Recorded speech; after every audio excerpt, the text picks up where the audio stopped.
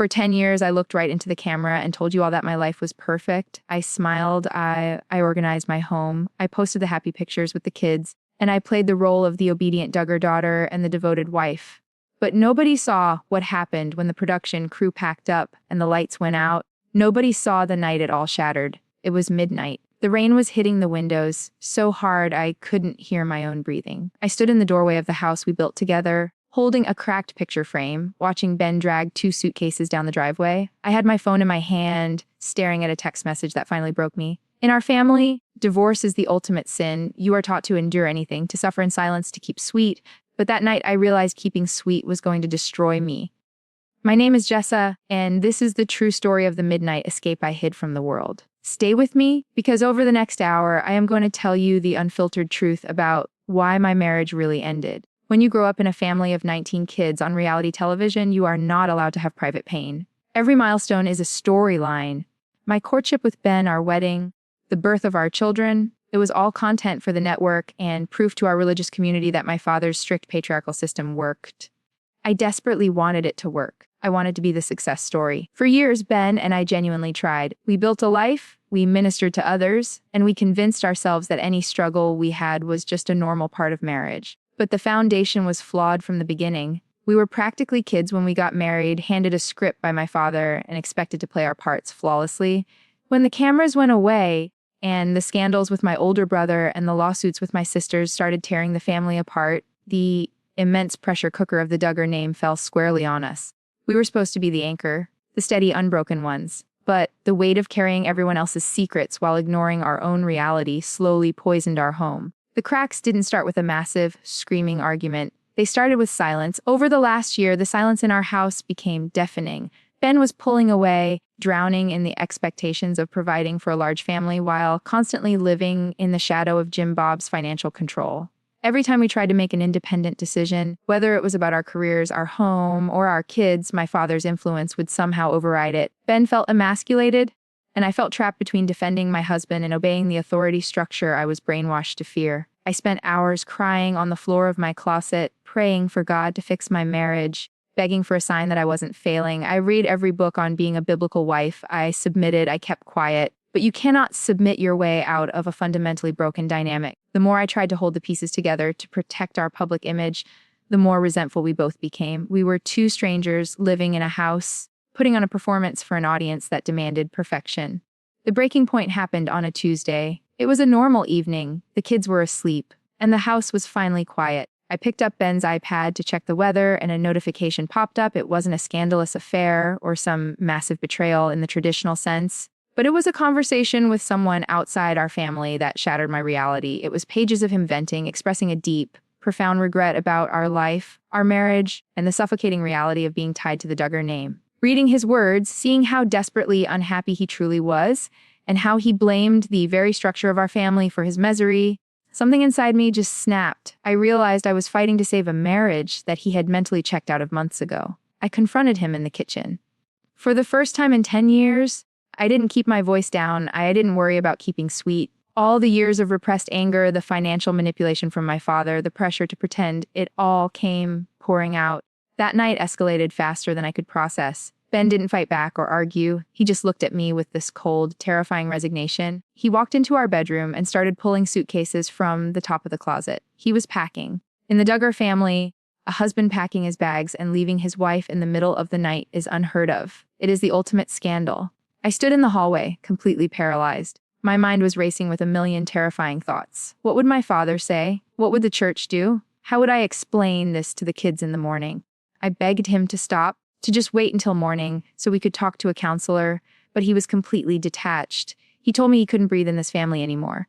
He zipped the suitcases, picked up his keys, and walked toward the front door. The sky had opened up, and a torrential downpour was hammering the roof. I followed him to the door, crying so hard I couldn't see straight, holding our wedding picture that had been knocked off the hall table in the chaos. I watched the taillights of his car fade into the heavy rain, leaving me standing alone in the doorway. It was exactly midnight. I locked the door and slid down the wall to the floor. The silence in the house was no longer just tension. It was the absolute, crushing weight of reality. My marriage was over. I sat there in the dark for what felt like hours, staring at my phone. I knew the moment the sun came up, my father would find out, and the Duggar PR machine would swing into motion. They would try to control the narrative, maybe send me away to a counseling center or force Ben to return to keep up appearances. I knew I had a tiny window of time before my life was no longer my own.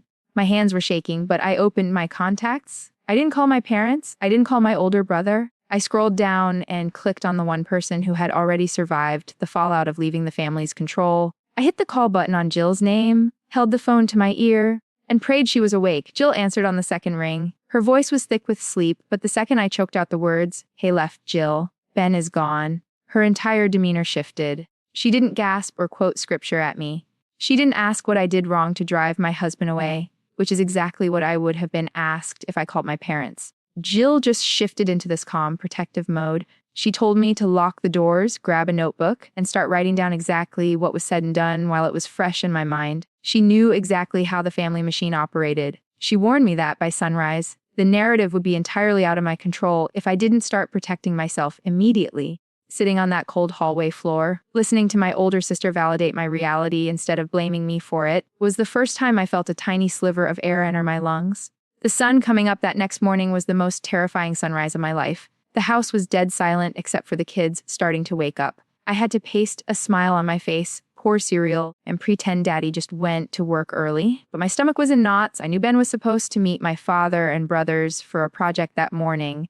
I kept staring at the clock, waiting for the inevitable. At 8:30 a.m., my phone lit up. It was my father calling. I let it go to voicemail. 2 minutes later, my mother called. Then my brother. They were realizing Ben was missing, and the panic was setting in. I was trapped in my own kitchen, surrounded by half-eaten bowls of Cheerios, realizing that my life as the perfect, obedient Duggar daughter was about to officially expire. Less than an hour later, I heard tires crunching on our gravel driveway. It wasn't Ben coming back to apologize. It was my father. He didn't knock. He just walked straight through the front door. I was standing by the sink, completely exhausted, my eyes swollen from crying all night. He didn't pull me into a hug. He didn't ask if I was okay or if my heart was broken. The very first words out of Jim Bob Duggar's mouth were, "Where is your husband? And who else knows about this?" It was entirely tactical. He started pacing my living room, talking about the family's public testimony, the brand, the absolute disaster this would be if it leaked to the tabloids. He told me I needed to call Ben immediately, apologize for whatever I did to upset him, and get him back in this house before church on Sunday. I stood there, looking at the man who was supposed to protect me, and realized he only cared about protecting his empire. When my father finally left, ordering me to stay off social media and keep my mouth shut, I went back into our bedroom. I sat on the edge of the bed and opened Ben's iPad again. I needed to understand the depth of what had broken him. As I read through more of his saved notes and messages to a confidant outside our circle, the truth was glaring. He wasn't running away from me or our kids. He was running for his life from the Duggar system. He detailed the financial manipulation, how my father controlled our income, our housing, and our future. He wrote about the suffocating feeling of having his every move monitored and judged by a patriarch he couldn't escape. And the most painful part, he wrote that I would always choose my father over him.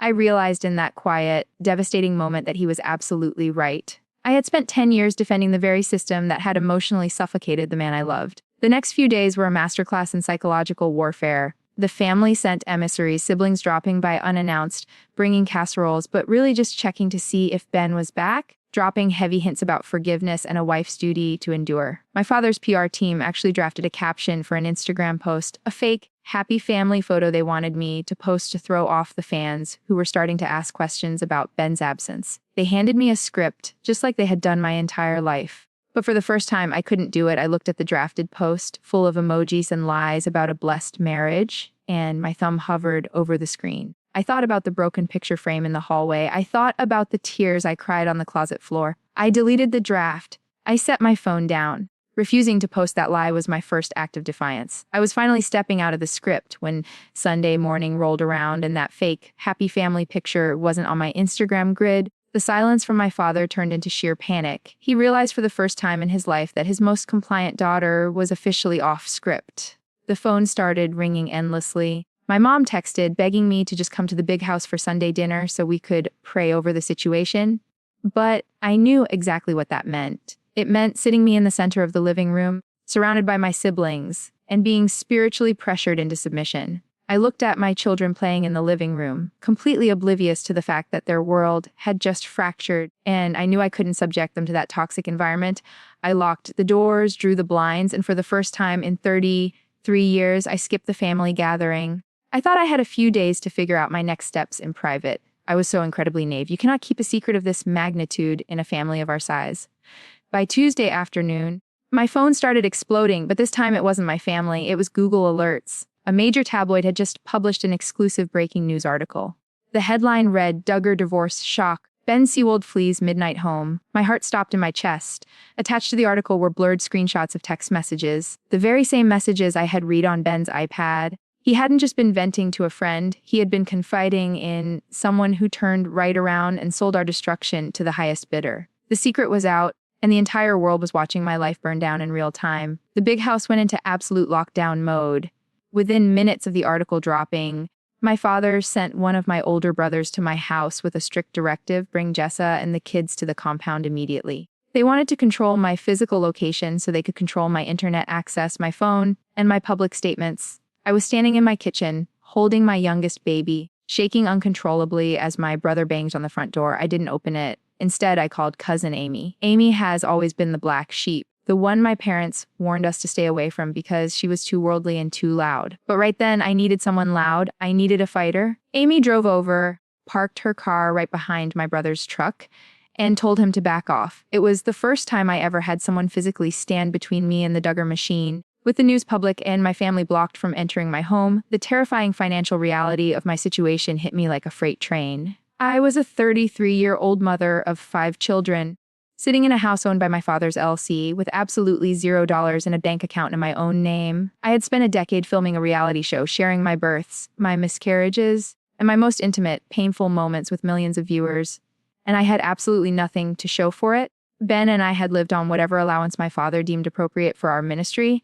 If I filed for divorce, if I officially crossed Jim Bob Duggar, I knew he would cut me off completely. He would evict me, he would use his massive wealth and his lawyers to crush me, just like he had tried to do to Jill. I was terrified of being homeless, but I was suddenly more terrified of raising my daughters to be just like me. That night, sitting at my dining room table with Amy, we made a phone call that officially severed my ties to the Duggar empire forever. We called Derek, Jill's husband. Derek is an attorney, and he knows exactly where the bodies are buried when it comes to my father's shady financial trusts and contracts. I sat there crying into a cold cup of coffee and asked him what I needed to do to survive. I didn't want millions of dollars. I just wanted enough to feed my kids and keep a roof over their heads that Jim Bob Duggar didn't own. Derek looked at me through the FaceTime screen and told me I had to be the one to file first. I had to strike before my father's legal team could file an injunction or manipulate Ben into a horrible custody agreement just to spite me and maintain control of the grandchildren. Filing for divorce wasn't just a sin in my family's eyes anymore. It was an act of total, unadulterated war. The morning Derek filed the divorce papers on my behalf, the earth completely shifted beneath my feet. I didn't just file to end my marriage. I filed a restraining order against the financial control of my own father. The moment the paperwork hit the public docket, the retaliation from the big house was swift and brutal. Within 24 hours, an eviction notice was taped to my front door.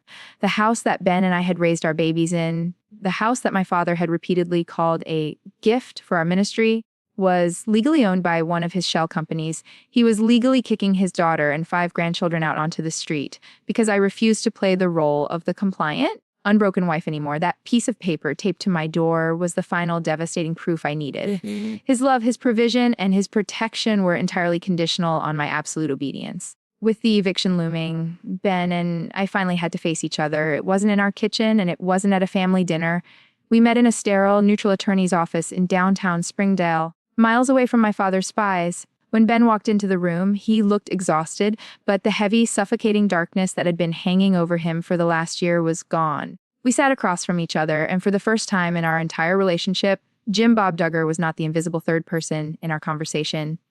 Ben broke down. He apologized for leaving me alone in the middle of the night to face the wrath of my family. He told me he just didn't know how to pull me out of the cult without destroying me. But looking at me sitting there with my own lawyer, defying my father, he said he had never been more proud of me. We agreed then and there to a 50-50 custody split, completely legally binding, ensuring my father could never use our children as pawns in his twisted game of control. The fallout within the church community was exactly what I had been programmed to fear my entire life. The whisper campaign started immediately. The same people who had smiled at me and bought my books were suddenly looking at me like I was radioactive. I was officially shunned. The hardest part wasn't the public backlash or the tabloid headlines analyzing every detail of my failed marriage. The absolute most agonizing pain was knowing that my younger siblings, the ones still living under the roof of the big house, were strictly forbidden from speaking to me. I was labeled a rebellious, worldly influence. I would sit in my car and cry, knowing that my little sisters were being told that my life was a cautionary tale of sin and destruction.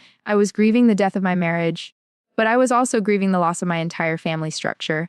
I was entirely, completely alone, except for the siblings who had already escaped. Moving day was the most empowering and terrifying day of my life. I didn't have the Duggar boys to come over with a fleet of trucks to pack up my belongings. I had cousin Amy, Jill, and Jinger, who flew in just to help me pack boxes. We rented a U-Haul under Amy's name. As we carried boxes out of that house, leaving behind the furniture my parents had picked out and the walls they had painted, I felt a physical weight lifting off my chest. I didn't have a mansion to move into. I had secured a modest 3-bedroom rental in a neighboring town. Using money Derek had helped me legally untangle from an old account. It wasn't a sprawling estate, and it wasn't owned by Duggar Real Estate. But when I turned the key in the lock of that small apartment and the kids ran inside to claim their rooms, I fell to my knees in the empty living room and wept. Not out of sadness, but out of pure, unadulterated relief. It was mine. Looking back at that girl standing in the doorway at midnight, holding a broken picture frame in the pouring rain, I almost don't recognize her. She was so terrified of the world, so deeply brainwashed to believe that a failed marriage meant a failed life. In 2026, the Duggar empire is crumbling, the lawsuits are flying, and the perfect public image is completely dead. But I am more alive than I have ever been. I lost the man I promised forever to, and I lost the family that raised me. But for the first time in my 33 years on this earth, I found my own voice. I am raising my daughters to know that keeping sweet is never worth sacrificing your soul. The midnight escape was the end of the fairy tale they sold you on television, but it was the beginning of my actual life. My name is Jessa, and I am finally free.